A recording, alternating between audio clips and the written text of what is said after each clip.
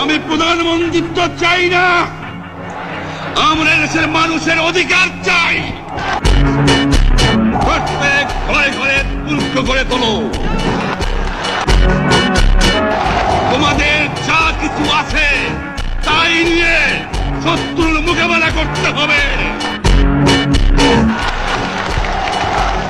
এবং জীবনের তরে রাস্তাঘাট যা যা আছে সবকিছু আমি যদি হুকুম দেবার নাও পারি তোমরা বন্ধ করে দেবে।